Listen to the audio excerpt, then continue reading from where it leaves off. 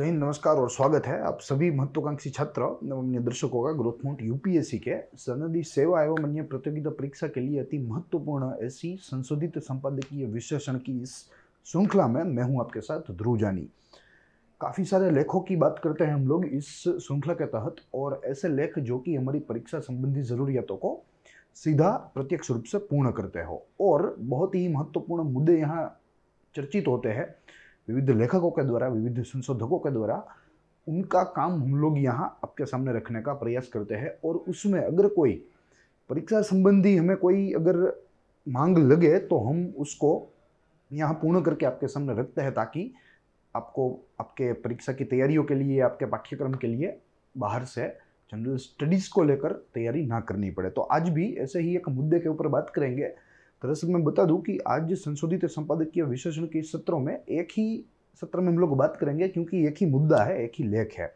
जैसे आपको दृश्यमान द हिंदू से है, ए बुलेट ट्रेन टू हंगर, यानी कि यहाँ भारत में जो आज इन इक्वालिटी है, जो असमानता है, जो आर्थिक असमानता है, जो बहुत ही प्रचुर मात्रा में हमें यहाँ देखने को मिलती है, उसके ऊपर यहाँ बात की गई है। बहुत ही अच्छा लेख है, और अगर विषयों के संबंध में देखें तो बहुविषयी है, बहु विषयों के साथ आज हमारा लेख संबंधी है।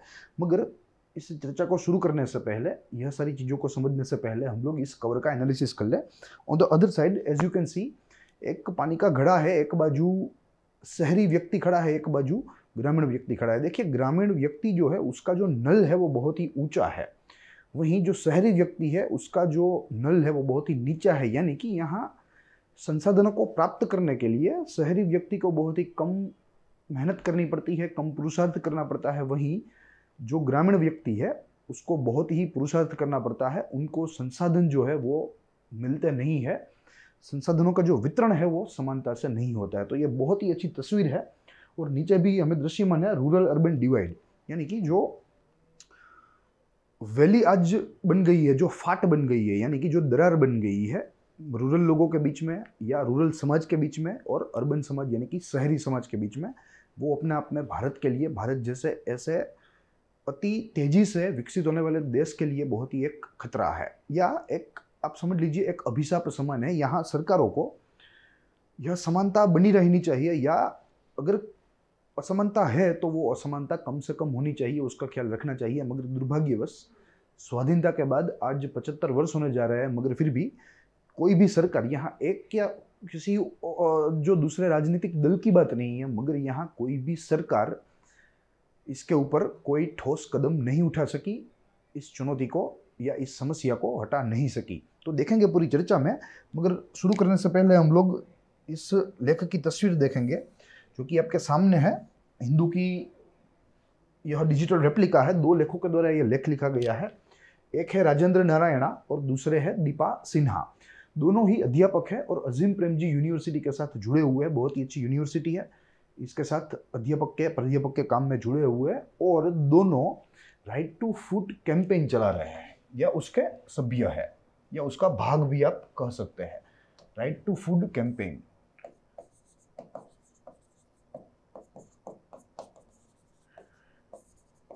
और जो यहाँ आज इन्होंने हमारे सामने बातें रखी है, वो बातें भी अजीम प्रेमजी यूनिवर्सिटी के द्वारा ही एक सर्वेक्षण हुआ था।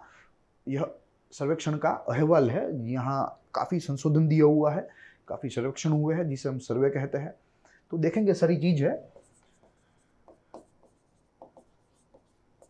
राइट टू फूड कैंपेन के साथ जुड़े हुए हैं, और हंगर को मिटाने के लिए ये दोनों ही आज के लेखक हमारे प्रयत्नशील है। साथ ही में अगर जैसे हमने आपको बताया कि बहुविषयी आज का हमारा लेख है, अगर पाठ्यक्रम की बात करें, सनदी सेवा के मुख्य परीक्षा के पाठ्यक्रम की बात करें विशेष रूप से, तो जीएस पेपर 1, जीएस पेपर 2 और जीएस पेपर 3 तीनों के साथ मिलता जुलता आज का लेख है।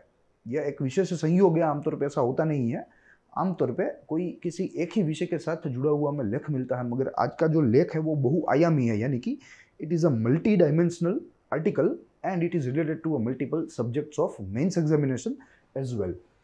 जीएस 1 की बात करें तो सोसाइटी के साथ जुड़ा हुआ है। आज हमें सोसाइटी की बात करनी है, और भारत के जो है लोगों के द्वारा, भारत में रहने वाले व्यक्तियों के द्वारा, यानी कि भारतीय नागरिकों के द्वारा समाज का निर्माण होता है। मगर यह समाज में काफ़ी सारी असमानताएं प्रचलित होती है, इन्हीं असमानताओं को आज हमें ढूंढना है और कैसे हम उसको रिपेयर कर सके, उसे कम से कम कर सके, उसके ऊपर आज हमें बात करनी है। तो पहली चीज है यहाँ सोसाइटी की, GS paper 2 polity and governance का यहाँ मुद्दा आता है और उसमें भी फंक्शन एंड रिस्पॉन्सिबिलिटीज की बात आती है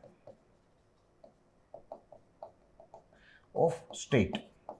देखिए यहाँ स्टेट यानी कि कोई राज्य सरकार की बात नहीं, कोई राज्य की बात नहीं, मगर यहाँ स्टेट यानी कि एक नेतृत्व, चाहे वो केंद्र का हो चाहे वो राज्य का हो।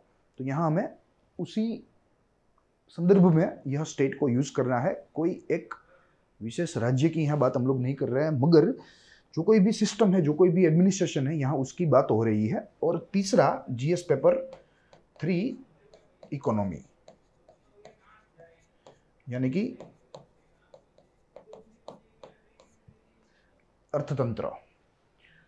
ठीक है, तो इन्हीं विषयों के साथ आज का लेख हमारा जुड़ा हुआ है और इनके ऊपर आज हमें चर्चा करनी है। सारी चीज़ों को देखेंगे, समझेंगे और यहाँ जो लेखक ने हमारे सामने उनका बहुत ही उच्च कोटि का जो संशोधन हमारे सामने रखा है उसको भी हम लोग देखेंगे। और ऐसे उच्च कोटि के संशोधन के लिए हम यह लेखकों के शुक्रगुजार है। तो देखेंगे आमतौर पे जो संशोधित हमारे संपादकीय के जो उपाख्यान होते हैं या लेक्चर्स होते हैं, हम यह एजेंडा के तहत उनको समझते हैं, उनका अध्ययन करते हैं। सबसे प्रथम निष्कर्ष की बात करते हैं। निष्कर्ष में लेखकों ने क्या आधार लिया है, ऐसी चीज़ों की चर्चा करते हैं। फिर बाद में महत्वपूर्ण बातें जो कि कोई माहितियाँ हो, कोई आंकड़े हो या कोई नई परिभाषाएं हो जो कि लेखकों ने हमारे लिए दी हो, तो उनको यहाँ हम लोग उनकी चर्चा करते हैं, उनको यहाँ आपके सामने प्रस्तुत करते हैं दूसरे चरण में। और तीसरे चरण में अगर हमें लगे कि ये लेख इनफ नहीं है, संपूर्ण नहीं है हमारी परीक्षा ज़रूरतों को संतोषने के लिए, तो ग्रोथमोंट यूपीएससी की टीम अपने इनपुट्स रखती है यहाँ in the form of researched elements यानी कि संशोधित तत्व।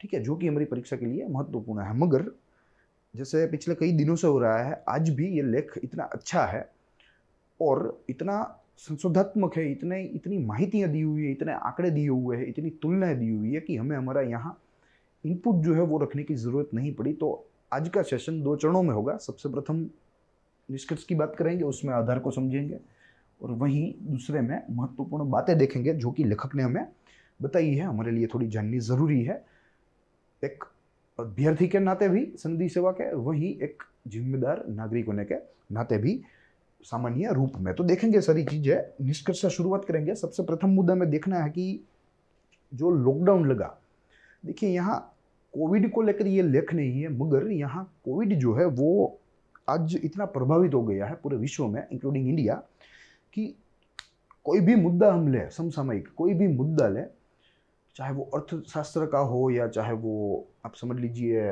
राजनीति का हो या कला व संस्कृति का हो, तो कोई भी मुद्दा या कोई भी विषय बाकी नहीं है जो कि कोरोना से प्रभावित ना हो।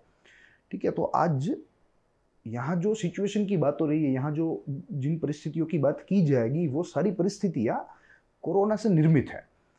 कोरोना के पहले आज की जो समस्याएं हैं उनमें से कई समस्याएं तो थी ही नहीं और अन्य समस्याएं बहुत ही कम थी जिनको हमारी सरकार टैकल कर सकती थी, मगर कोरोना ने आकर यह सारी सिस्टम को खुला कर दिया और जहाँ जहाँ लूपहोल्स थे उन लूपहोल्स को यहाँ हाईलाइट कर दिया और हमारी जो परिस्थिति है वो बदतर बना दी। तो आज कोई भी लेख उठा ले, कोई भी विषय उठा ले, तो कोरोना से ही प्रभावित होगा, उसके बैकग्राउंड में कोरोना ही है, जैसे आज भी। अब यहाँ लॉकडाउन से बात शुरू की गई है। यहाँ लेख में तो एक यूपी के सहारनपुर यानी कि वेस्टर्न यूपी के एक दलित स्त्री की एक कहानी है, उससे यह लेख की शुरुआत होती है। कहा गया है कि वो 28 वर्ष की है दलित महिला, जिसके पति का एक्सीडेंट हो गया, अकस्मात हो गया पिछले लॉकडाउन में, यानी कि नेशनल लॉकडाउन में, जो पहली बार नरेंद्र मोदी के द्वारा लगाया गया था उसमें। अब उसकी सारवार के लिए, उसके इलाज के लिए यहाँ जो गहने थे, जो आभूषण थे, घर में कोई अन्य कीमती चीज़ें थी, जो नकद पैसे थे, वे सारी चीज़ें यह पति के इलाज में यह महिला ने खर्च कर दी। अब परिस्थिति ये है कि महिला के लिए अब खाने के लिए पैसा नहीं है, फिर ऊपर से यह लॉकडाउन जो है वे चल रहे हैं, हाल में भी राज्यों के द्वारा दिए गए लॉकडाउन चल रहे हैं, तो परिस्थिति और भी बदतर होती जा रही है। तो यहाँ लेखकों ने इसी एक उदाहरण से कहा, इसी एक उदाहरण से एक अंदाजा लगाया कि भारत में ऐसे कितने लोग होंगे जो कि यह कोरोना महामारी व कोरोना से जो कोरोना को रोकने के लिए जो लॉकडाउन्स लगाए गए थे वह लॉकडाउन से बेबस है, क्योंकि ये लॉकडाउन ने उनका जो रोजगार है वो छीन लिया है।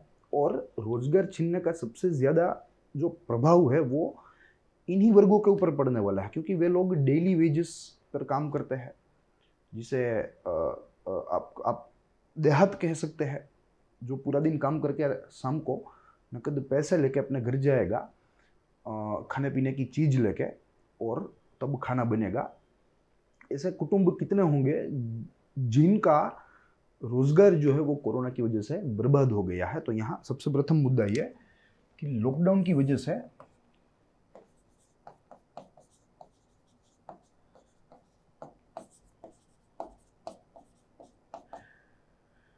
आर्थिक परिस्थिति खराब, आर्थिक परिस्थिति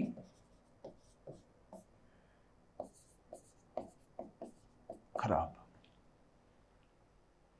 और अगर यूपी बिहार की बात करें तो वे वैसे भी बीमारू राज्य थे कुछ साल पहले, यानी कि गरीब राज्यों की श्रेणी में आते थे, और कोरोना का प्रभाव या लॉकडाउन का प्रभाव इन्हीं राज्यों के ऊपर ज़्यादा लगा है। इन्हीं राज्यों की जो वस्ती थी या आप कह लीजिए जनसंख्या थी, उनके ऊपर ज़्यादा से ज़्यादा ये प्रभाव चढ़ा है। साथ ही यहाँ लॉकडाउन से जो ऐसे दृश्य पूरे देश में हो रहे हैं, ठीक है, ऐसे नहीं है, कोई एक कुटुंब की बात नहीं है, कोई एक प्रदेश की बात नहीं है, पूरे देश की बात है। तो पूरे देश की यह परिस्थिति का चित्र हमें यहाँ लेखक ने बहुत ही अच्छी तरीके से दिया है। लेखक कहना उचित नहीं है, लेखकों ने यहाँ हमें यह परिस्थिति का चित्र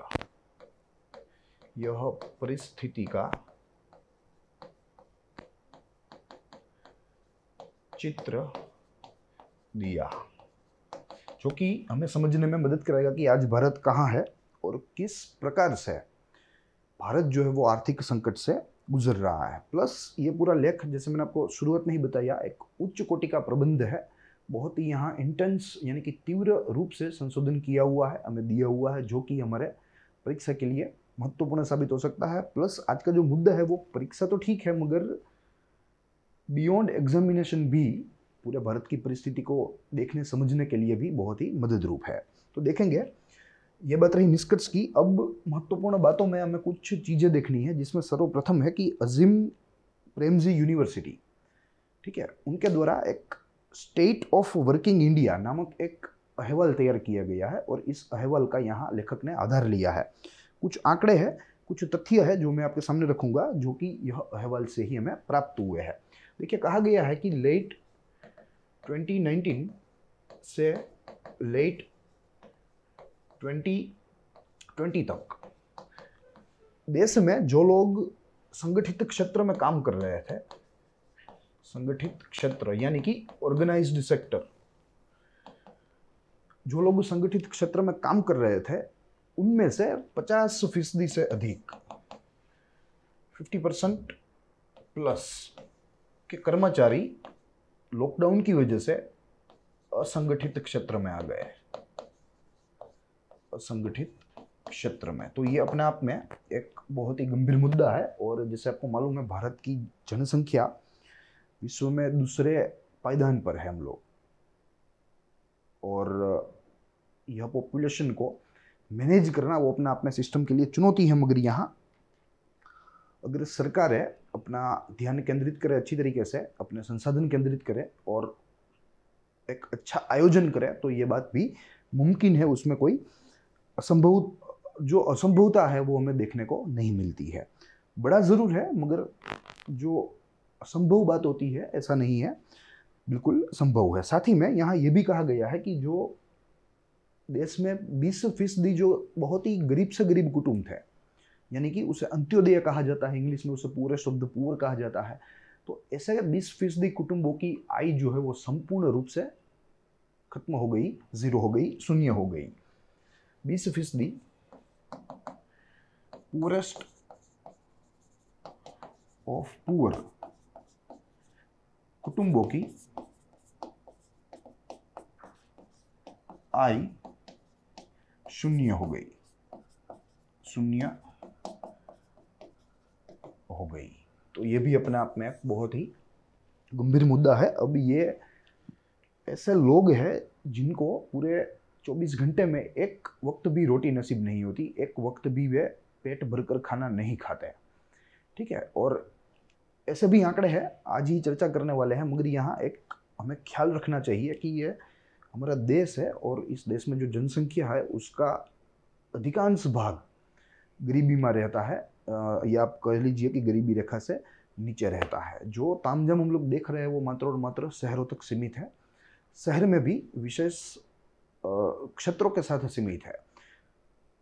जैसे आपने कई बार देखा होगा कि बड़े शहर के बीच में स्लम एरिया होता है, ठीक है। तो ये बेसिकली एक डिवाइड है जो कि पुअर और रिच को अलग करती है, या अर्बन एरिया को और रूरल एरिया को अलग करती है, ठीक है। तो ये सारी चीज़ें हैं जो कि भारत के लिए एक अपने आप में समस्या जो है, समस्या का एक गढ़ है। और भारत की सरकारों को या राज्य की सरकारों को इन्हीं चुनौतियों को टैकल करते हुए, इन्हीं समस्याओं को खत्म करते हुए आगे बढ़ना चाहिए। प्लस यहाँ राइट टू फूड कैंपेन ने भी एक सेंटर फॉर इक्विटी स्टडीज़ के साथ मिलकर जो है एक सर्वेक्षण किया था, जिसका नाम यहाँ रखा गया था हंगर वॉच, ठीक है, जिसे संक्षिप्त में HW से के नाम से जानते हैं, हंगर वॉच।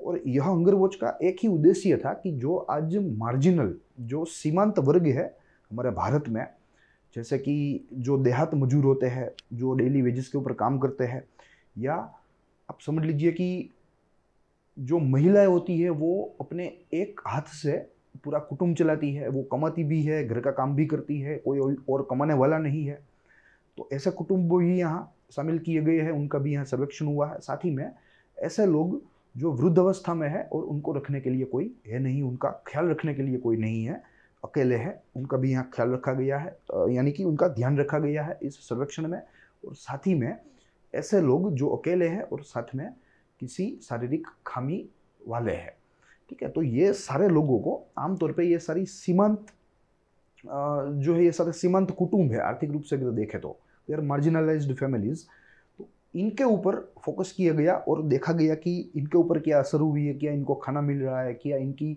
आय में कमी हुई है, इत्यादि चीज़ों का ख्याल यहाँ रखा गया है। तो मैं यहाँ लिख सकता हूँ कि right to food campaign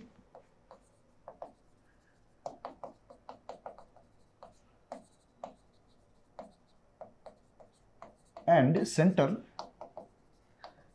for equity studies के द्वारा सर्वेक्षण, जिसका नाम है हंगर वॉच।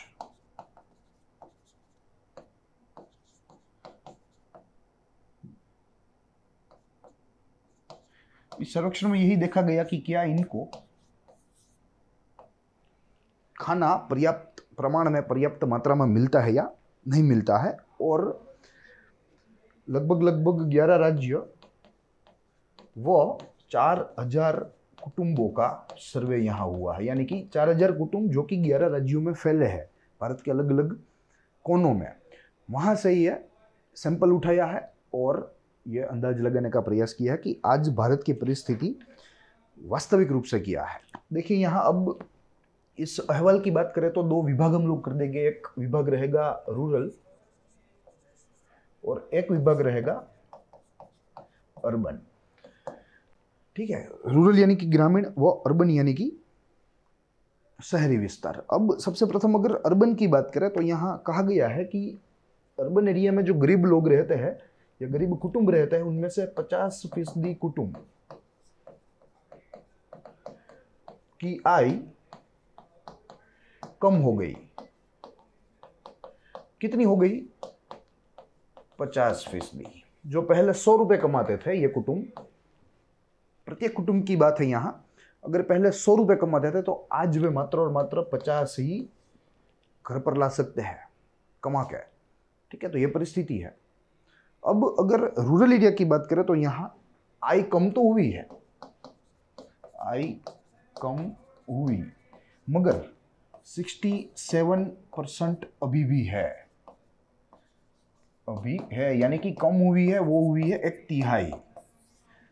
33% यहाँ आई जो है वो कम हुई है। यानी कि अगर रूरल एरिया में रहता, ग्रामीण क्षेत्र में रहता कोई परिवार पहले 100 रुपये कमाता था, प्री पेंडेमिक लेवल्स की बात कर रहा हूँ, तो अब विद इन पेंडेमिक या जो है पेंडेमिक के बीच में वो मात्र और मात्र 67 रुपीज़ ही कमा सकता है। वहीं यहाँ अर्बन एरिया की हालत जो है वो इससे भी बदतर है, मात्र और मात्र 50 रुपये ही कमा सकते हैं। ठीक है, और काफ़ी सारे सर्वे में ये दावा किया गया है, ये देखा भी गया है कि रूरल एरिया के मुकाबले अर्बन एरिया की जो हालत है, अर्बन एरिया में रहने वाले जो गरीब है, जो अंत्योदय है, उनकी हालत ज़्यादा खराब है नहीं कि ग्रामीण क्षेत्र की। भले ही ग्रामीण क्षेत्रों के साथ अन्याय हो रहा है संसाधनों के वितरण में, ठीक है, मगर यहाँ परिस्थिति की बात करें, कोरोना से प्रभावित परिस्थिति की, तो ज़्यादा प्रभावित शहरी विस्तार है नहीं कि ग्रामीण विस्तार। तो ये हमें यहाँ याद रखना चाहिए। साथ ही में यहाँ एक और भी हमें आंकड़ा दिया हुआ है जो कि हंगर वॉच के द्वारा ही हमारे सामने है, और कहता है वो आंकड़ा कि अक्टूबर में 26% रूरल कुटुंब के पास कोई आय नहीं थी। 26%। अक्टूबर 2020 की बात है, अक्टूबर 2020। रूरल एरियाज में रहने वाले 26% कुटुंबों के पास कोई आय नहीं, कोई आय नहीं। वहीं अर्बन की बात करें तो 30% कुटुंबों के पास कोई आय नहीं थी, no income, no income at all. ठीक है, तो ये भी परिस्थिति और बदतर है, और आगे चलकर जो आज भारत आर्थिक रूप से एक प्रकार के डिप्रेशन से गुजर रहा है, यह डिप्रेशन में इजाफा करने वाली चीजें हैं। साथ ही में ये जो सर्वेक्षण की बात हम लोग कर रहे हैं, हंगर वॉच, ये 13 पैमानों पर इसका सर्वेक्षण होता है, अलग अलग पैमाने हैं, और इसमें देखा जाता है कि कौन से वर्गों में क्या परिस्थिति है, आर्थिक रूप से क्या परिस्थिति है। और कहा गया है, यहाँ लेखकों ने स्पष्ट रूप से कहा कि अगर इन आंकड़ों को अगर हम जाति, ज्ञाति, प्रदेश, क्षेत्र के आधार पर तोले तो ये परिस्थिति और भयंकर हो सकती है। इसका कुछ उदाहरण भी दिया। यहाँ कहा गया कि मुस्लिम परिवार 60%, यहाँ परिवारों की बात है, व्यक्तिगत बात नहीं है, मुस्लिम परिवार 60%। दलित की बात करें तो दलित है यहाँ 51%। साथ ही में अगर सिंगल वुमेन की बात करें तो ऐसे है 58%, और विकलांग की बात करें तो वो है 56%।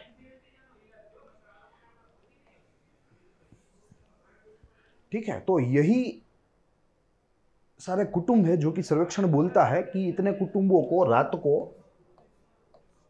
या पूरे दिन में 24 घंटे में एक वक्त भी रोटी जो है वो नसीब नहीं होती, यानी कि वे एक वक्त भी पूरे दिन में भरपेट खाना नहीं खा पा रहे हैं, और बिना खाए ही, भूखे ही वे सो रहे हैं। ठीक है, तो ये परिस्थिति है आज पूरे भारत की। और अगर केंद्र सरकार व राज्य सरकारों की आंखें अभी भी नहीं खुली तो लगता है कि यह जो बुलेट ट्रेन है भारत की, वो बहुत ही तेजी से भूखमरे के करीब जा रही है, भूखमरे के जो है पास जा रही है। ठीक है, तो यही यहाँ से हमें सीख लेनी चाहिए हमारी सरकारों को, और त्वरित ही युद्ध गति से यह काम जो है वो शुरू कर देना चाहिए। प्लस यहाँ लेखक ने 2 महत्वपूर्ण कानून बताए जिन्होंने यह परिस्थिति को और बिगड़ने से बचा लिया।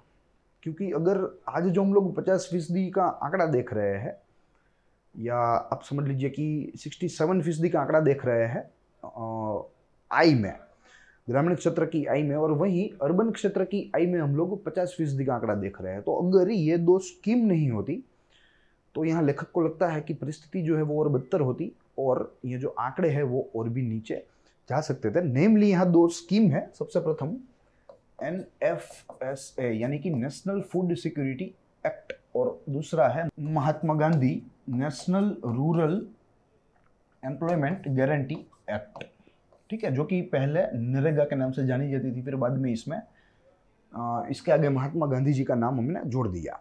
ठीक है, तो यह स्कीम एम्प्लॉयमेंट जनरेशन के लिए, एम्प्लॉयमेंट प्रोवाइड करने के लिए। वहीं ये स्कीम जो है इस बाजू की, ये राशन जो है प्रोवाइड करने के लिए है, राशन डिस्ट्रीब्यूट करने के लिए है, ताकि जो गरीब लोग हैं जिनके पास रोजगार नहीं है उनकी मौतें ना हो, भूखमरी से मौतें ना हो, और वे लोगों को खाना जो है वो 2 टंक मिल सके, जो है पर्याप्त मात्रा में मिल सके। अब देखेंगे यहाँ NFS है, यहाँ जैसे सेंट्रल गवर्नमेंट के द्वारा घोषित हुआ है 75% रूरल एरिया में, और वहीं यहाँ कहा गया है कि 50% अर्बन एरिया में।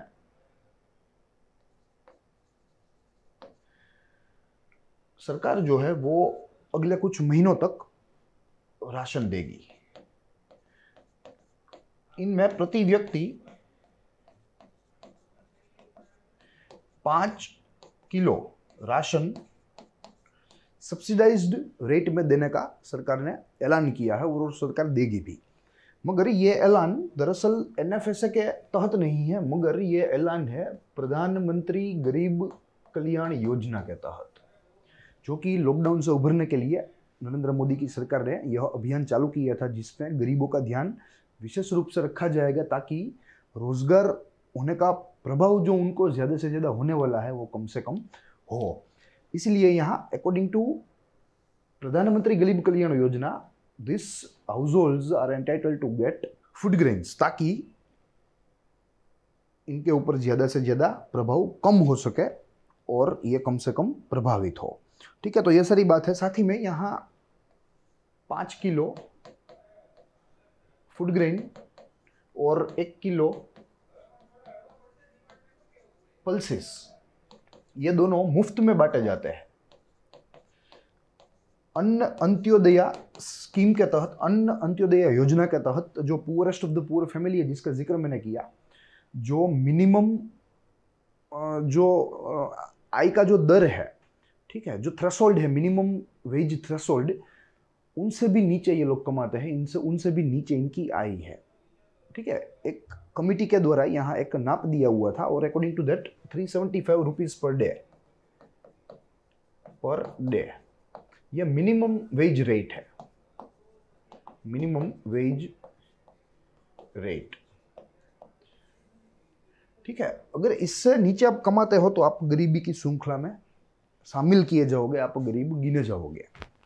और संभवतः लगभग 25 करोड़ लोग ऐसे हैं भारत में, भारत की आबादी में से लगभग 5वां भाग, जो कि प्रतिदिन 375 रुपये भी कमा नहीं पा रहा। ठीक है, तो ये अपने आप में भारत की परिस्थिति है, और इसी परिस्थिति में से हमें उगरना है, और इसके लिए सरकार जो है वे अपने हाथ पांव जो है वो हिला रही है, मार रही है। साथ ही में अगर Mahatma Gandhi National Rural Employment Guarantee Act की बात करें तो ये बहुत ही आशावादी योजना है, और काफ़ी सारे लोगों को, यानी कि लाखों परिवारों को, करोड़ों लोगों को, लाखों परिवारों को ये रोजगार प्रदान करती है। तो यहाँ लेखक ने इसकी भी प्रशंसा की, ये कहा है कि ये बहुत ही फायदा कर रही है रूरल एरियाज में। और जब से यहाँ सरकार ने 200 दिन का काम देने की घोषणा की है, दिन का काम, तो ये अपने आप में पूरे देश के लिए यह हितकारी फैसला होगा, और ज़्यादा से ज़्यादा लोगों को गरीबी में से जाने से बचाया जाएगा। प्लस ये सर्वे ये भी कहता है कि चाहे रूरल इंडिया हो चाहे अर्बन इंडिया हो, दोनों स्तर में गरीबी जो है वो बढ़ी है पिछले कुछ एक सालों में। यहाँ कोरोना को प्रत्यक्ष रूप से जिम्मेदार नहीं ठहराया, मगर पिछले कुछ एक सालों का रेफरेंस देते हुए यहाँ हमें लेखक ने कहा है कि दोनों ही प्रकार के प्रदेशों में, चाहे अर्बन चाहे रूरल, भारत में गरीबी निसंदेह बढ़ी है, जो सरकार के लिए अलार्मिंग है। अब आगे देखें तो ये तो 2 महत्वपूर्ण कानून हुए। अब हमें आगे देखना है कि एक कंजर्वेटिव एस्टीमेट भी कहता है कि देश में लगभग 33 करोड़ लोग गरीब हैं या गरीबी रेखा से नीचे रह रहे हैं। ठीक है, ये कंबाइंड पॉपुलेशन, आप समझिए, ये बहुत ही बड़ी पॉपुलेशन है, कंबाइंड पॉपुलेशन है कुछ एक राष्ट्रों की, जैसे Germany, France, UK, Spain, Portugal और इटली। इन सारे देशों को अगर हम मिला दे तो 33 करोड़ की आबादी हो सकती है, 33 करोड़ की जनसंख्या हो सकती है। उतने तो भारत में गरीबी में है। और लेखक ने यहाँ यही चिंता दर्शाते हुए कहा कि भारत की ये सरकार या भारत की राज्य सरकारों ने अगर इस मुद्दे को जो है प्रायोरिटी नहीं दी, त्वरित इनके ऊपर कोई कदम नहीं उठाया, कोई काम नहीं किया, तो संभवतः हो सकता है कि ये सारे लोग गरीबी में और गरीब होते जाए और आगे चलकर जो है हंगर का शिकार हो जाए, भूखमरी का शिकार हो जाए। तो यहाँ यही ये टाइटल, यही जो बात है वो टाइटल सिद्ध करती है, I am sorry, a bullet train to hunger. यही भारत की वास्तविकता है, यही भारत की वास्तविकता को हमें समझना चाहिए और आगे बढ़ना चाहिए। प्लस अर्बन एरिया में आज परिस्थिति बहुत ही खराब है, जैसे हमने देखा रूरल एरिया के जो है कंपैरिजन में। In relation to rural area the situation of urban area is more brutal. और इसके पीछे अभी लेखक ने यही कारण दर्शाया कि ये जो दो स्कीम्स है, ठीक है, यही दो स्कीमों ने, नेशनल फूड सिक्योरिटी एक्ट व नरेगा ने रूरल भारत को बचा लिया। देखिए योजनाएं होती है, पक्ष प्रतिपक्ष होते हैं, मगर यहाँ ये सकारात्मक बाबत है कि दोनों योजनाओं ने रूरल एरिया में परिस्थिति को काबू में रखा, परिस्थिति को बिगड़ने नहीं दिया। वहीं अर्बन एरिया में इन दोनों की गैरहाजिरी से या इन दोनों के कम इम्प्लीमेंटेशन से, इनइफेक्टिव इम्प्लीमेंटेशन से परिस्थिति भयंकर हो गई है। साथ ही में यहाँ अर्बन एरिया के लिए भी जो है एक सुझाव है केंद्र सरकार के लिए, केंद्र सरकारों को अर्बन एरिया में रहने वाले असंगठित क्षेत्र के कामदारों को प्रति माह 7,000 रुपये का एक प्रकार का कंपेंसेशन, वेज कंपेंसेशन उनको देना चाहिए, ताकि वे ऐसे कठिन समय में सर्वाइव कर पाए, वे लोग टिक सके। So that's all from today मेरी बाजू से।